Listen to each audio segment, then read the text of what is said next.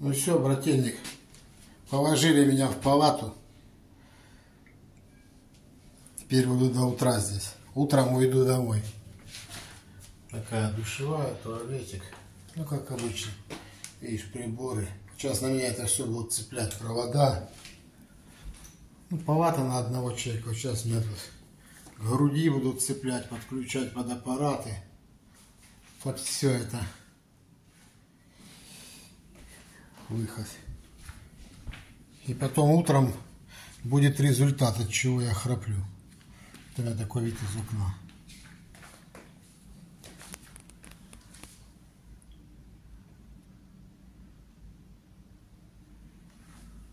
Сейчас водички накачу.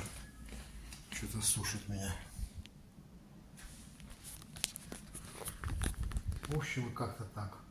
Обследование на храп. Будут определять причину, почему я храплю. Потом сделают операцию, и я буду. О.